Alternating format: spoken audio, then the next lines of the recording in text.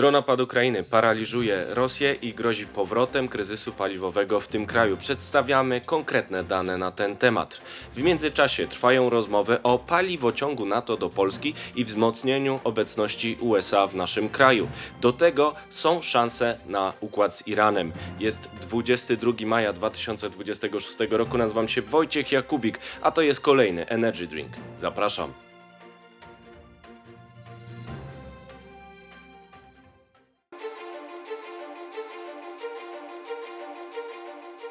Partnerem kanału Energy Drink jest Orlen.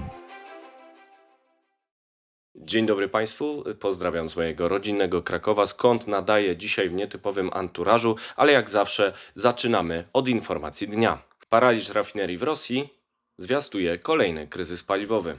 Dane z Rosji pokazują, że dronopad Ukrainy osiągnął masę krytyczną, a skala zniszczeń może spowodować powrót kryzysu paliwowego.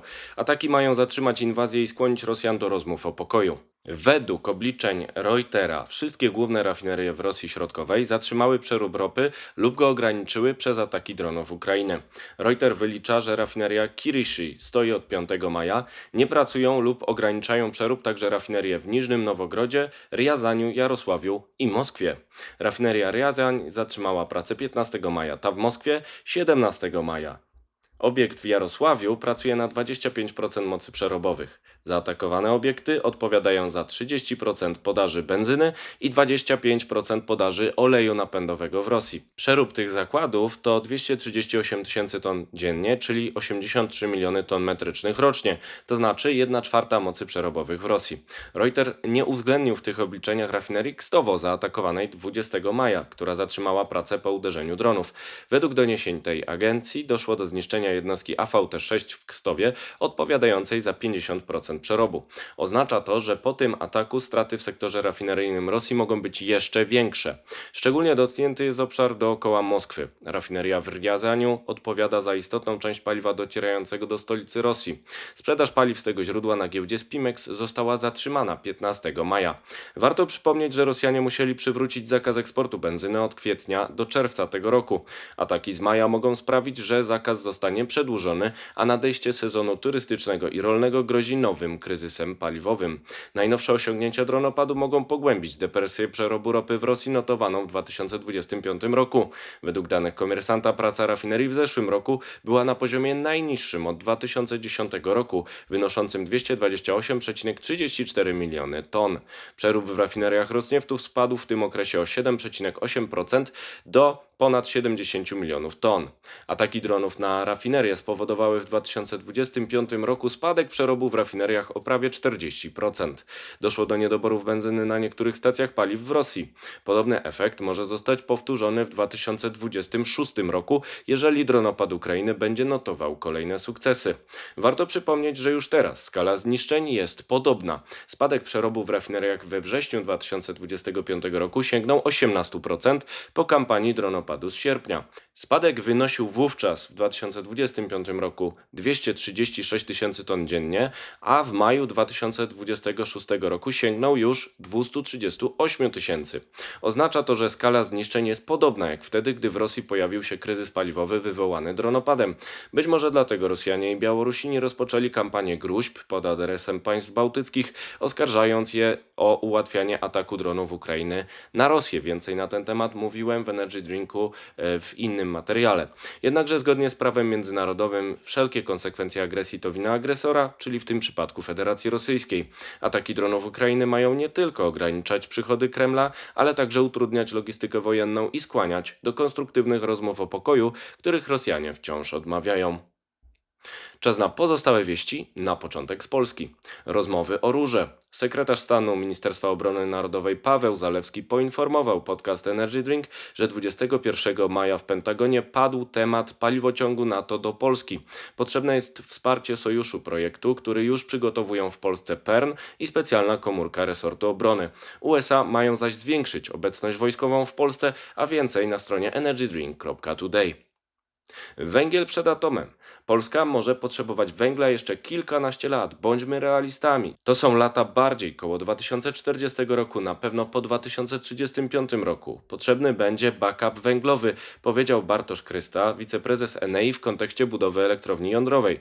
Kopalnia Bogdanka z tej grupy ma zaś oferować najbardziej rentowny surowiec, a więcej na stronie energydrink.today. Niepoprawne Węgry. Premier Węgier Peter Magyar powiedział Rzeczpospolitej, że jego zdaniem kraje europejskie po wojnie z Ukrainą wrócą do handlu gazem Rosji pomimo regulacji REPowerEU zakazującej to robić od 2027 roku. Jest otwarty na dostawy LNG z Polski. Cytuję: premier Tusk powiedział, że zrobi wszystko, aby obniżyć te ceny, aby ta oferta była jak najbardziej konkurencyjna, ale to nie zależy tylko od Polski, ale także od USA, od rynków gazu, przyznał Magyar w Rzeczpospolitej. Gigant pomp ciepła. Japoński Daikin otwiera fabrykę pomp ciepła w Ksawerowie pod Łodzią. Ma zatrudniać około 2000 pracowników. Ma tam powstać do 900 000 takich urządzeń rocznie. Japończycy mają już 13 fabryk tego rodzaju w Europie.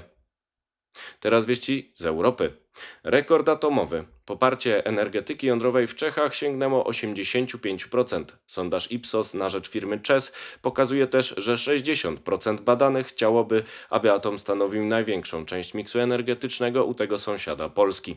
Amerykański Westinghouse zapewnia tam paliwo, ale przegrał grę o kontrakt na reaktory z koreańskim KHNP. Spór o rurę. Partia Alternatywa dla Niemiec w Mecklenburgii Pomorzu Przednim domaga się śledztwa w sprawie możliwej odpowiedzialności Ukrainy za sabotaż gazociągu Nord Stream 2. Chadecy i Zieloni oskarżają AfD o hołd lenny wobec Kremla. Zbliżają się zaś wybory landowe zaplanowane na wrzesień, a sondaże AfD rosną.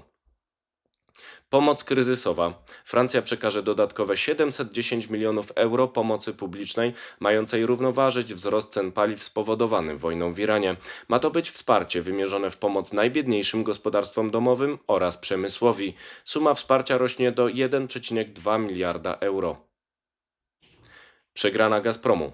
Sąd w Kazachstanie nakazał rosyjskiemu Gazpromowi wypłacenie na rzecz ukraińskiego Naftogazu odszkodowania za przerwę przesyłu gazu przez Ukrainę w 2022 roku, pomimo obowiązywania kontraktu. Kwota roszczeń to 1,4 miliarda dolarów. Wyrok otwiera drogę do zajęć aktywów Rosjan w Europie. Jeszcze wieści ze świata. Wyścig z gazem. Według ośrodka Ember produkcja energii na świecie pochodziła w kwietniu w 22% ze źródeł odnawialnych. Po raz pierwszy w historii przewyższyła produkcję z gazu, która wyniosła w tym samym czasie 20%. Produkcja z OZE wyniosła 531 terawatogodzin i była o 54 terawatogodziny wyższa od gazowej. Jednak gazowe moce szczytowe są wciąż potrzebne do regulowania zmiennej podaży OZE. Kurs na ropę.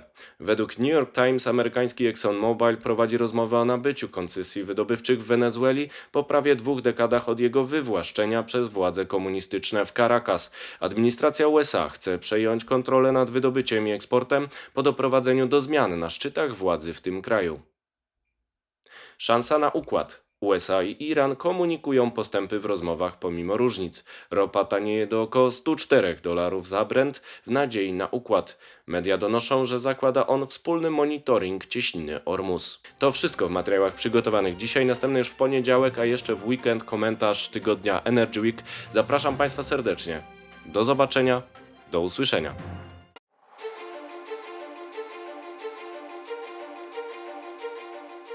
Partnerem kanału Energy Drink jest Orlen.